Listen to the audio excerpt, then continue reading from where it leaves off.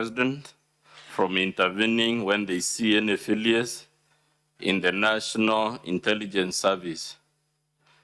The answer is that the oath of due execution of the office of the Deputy President, which is in the Constitution, it's part of our Constitution, prohibits the Deputy President from disclosing matters, especially those relating to national security, that are committed to a secrecy.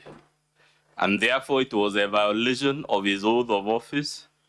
It was a violation of the Constitution to discuss matters of that nature at a time in the circumstances prevailing in a press conference broadcast to the whole world.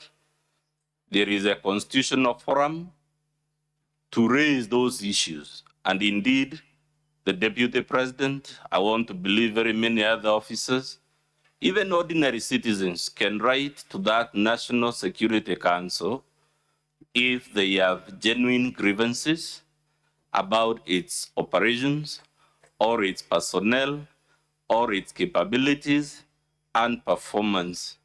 Mr. Speaker, when that oath of office, which is part of our Constitution, says matters committed to the secrecy of the Deputy President are not to be divulged, it is an acknowledgement by our Constitution that there are certain matters which by their very nature, they are not to be broadcast. The Swahili say, usimwage mtama penye kuku wengi. Some things require discretion, they require you be tempered, and they require you know the forum and the occasion to do it. And therefore, it is no answer. Even if we were to accept, for argument's sake, that all the grievances the Deputy President had are factually correct, it will still be no answer to that charge. The second question was whether Justice Maina has made any complaint after the case was done.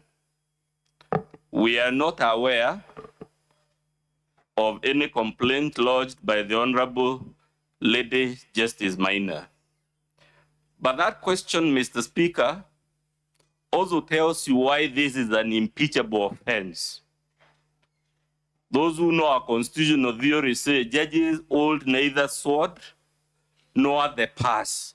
The reason our Constitution protects judges and puts them in a special place is because, unlike politicians and the executive, they have no way and no forum of dealing with harassment from the political branches of government. But if we are wrong in that, Mr. Speaker, again, why I'm very happy with this question,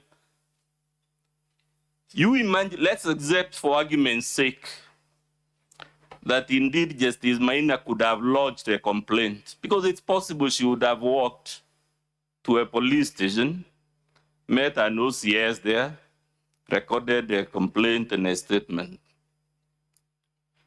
Dr. Mulu has just been here as a junior officer. The practicalities of an OCS, a police constable, summoning the Deputy President of the Republic to respond to a complaint, the whole specter of handcuffing, taking fingerprints, processing the Deputy President to take him to the magistrate's court to answer to a criminal offense would subject that office to so much indignity.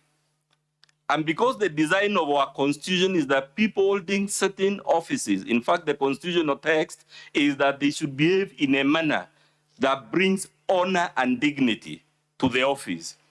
It is to save the country the drama, the spectacle of a junior police officer, a junior prosecutor, harassing, arresting, prosecuting a deputy. And because we don't want to subject our democracy to this kind of showbiz, that is why this Senate is vested with the power of impeachment, and that is why our Supreme Court has said several times, as I pointed out yesterday, the test is not whether he is criminally liable or civilly liable, which is the business of the judiciary. I so submit, Mr. Speaker. Now, Counsel for the National Assembly, you may call your third witness.